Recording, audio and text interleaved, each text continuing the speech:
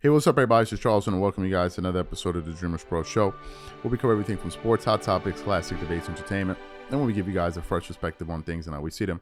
And today, unfortunately, we got a very sad episode for you guys here today. We're going to be talking a little bit about Ben Simmons here.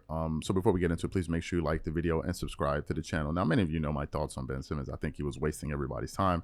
Some people out there that love the baby Ben Simmons got upset with me, and I told him I really don't care. I think he was wasting everybody's time, and there's more evidence to support this. As you know, the Brooklyn Nets just traded away two of their best players, and Kevin Durant to the Phoenix Suns, and Kyrie Irving to the Dallas Mavericks, right? Which means that their third quote-unquote star, all-star, Ben Simmons, was the last man standing, right? And one would think, well, with two of these guys, these ball-dominant guys out of the way, you now have an opportunity to become the number one option of the team, and we can no longer use the excuse that somebody's holding you back. Oh, this guy's holding Ben back. That guy's holding Ben back. No, we can kind of go away, from that excuse there. But as it turns out, Ben Simmons is actually regressing. And this morning we got an article here from CBSSports.com that really points to an uncertain future for Ben Simmons. So let me get into the article here. Starts off with the headline: NBA rumors, Nets expected to gauge Ben Simmons' trade value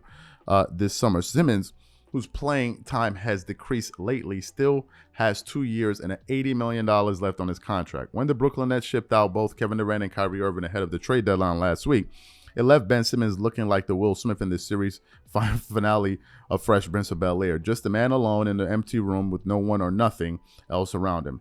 And then he continues on.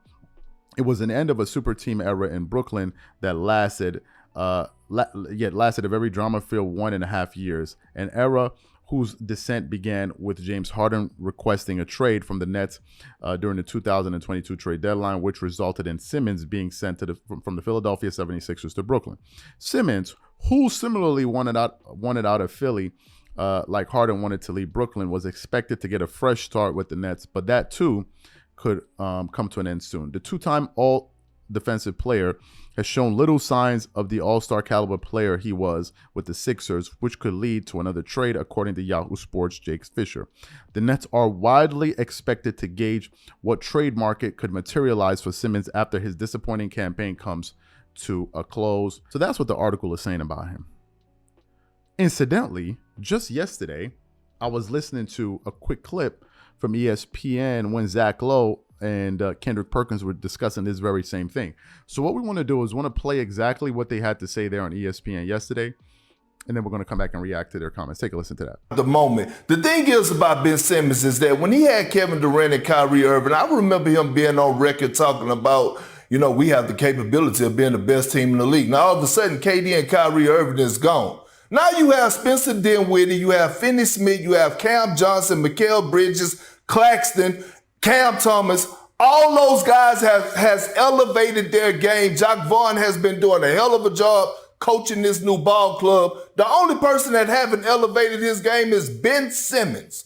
And so it comes to a point where we have to realize that this is who he is. This is who he is. Forget lacking confidence.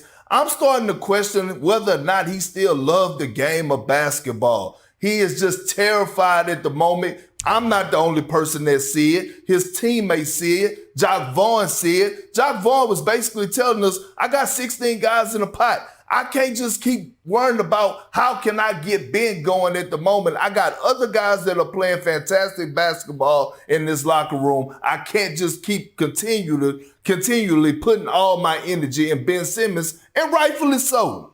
Whew. All right, Zach.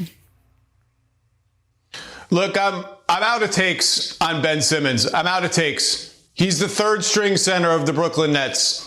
Let that sink in. Ben Simmons is the Nets' third string center. And nitpicking Ben Simmons, doing the Zapruder every time he catches the ball under the rim and throws it out. It's the low-hanging fruit of NBA analysis. We can do it every game, every night. I've reached a point where I just feel bad for him. And I know he's making $35 million. No one's actually going to feel bad for him. He doesn't have big problems in sort of the global sense.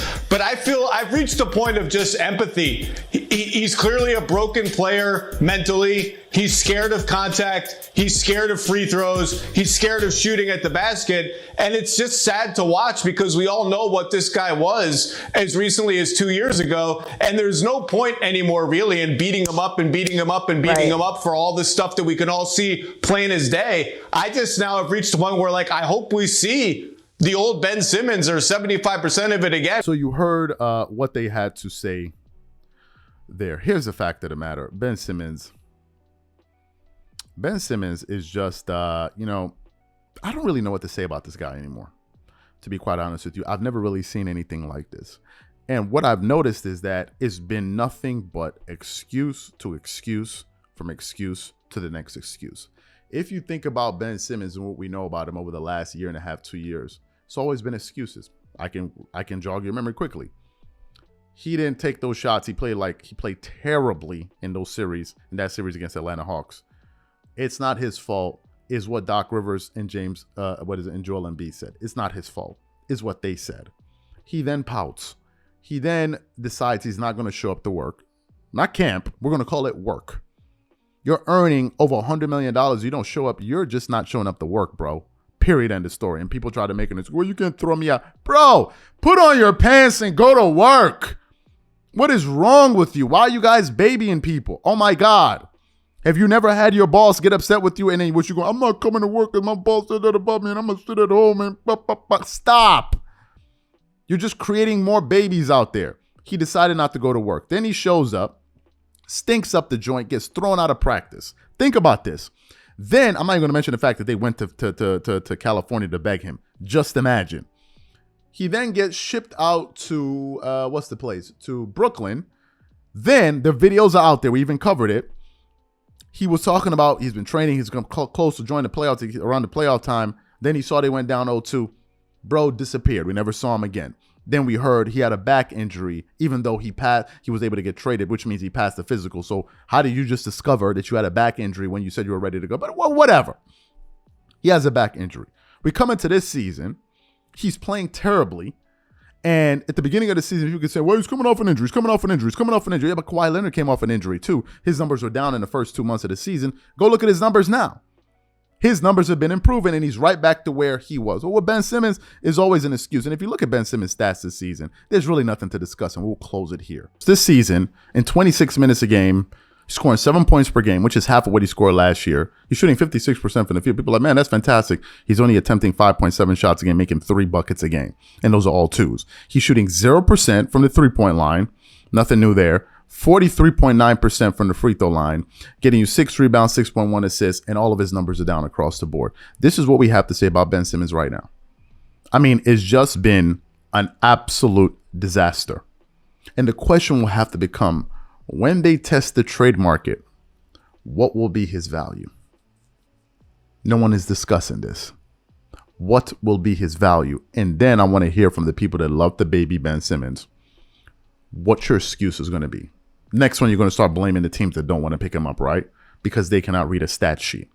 But you basketball savants, some of them out there, oh, you don't really understand basketball. I've been playing basketball since I was a toddler. So you guys that understand basketball so well, you guys are going to be the ones making excuses as to why the rest of the league doesn't want to pick him up, right? It's a joke, always been a joke. Never going to change my opinion on that. Whatever you guys think, please leave your thoughts in the comment section.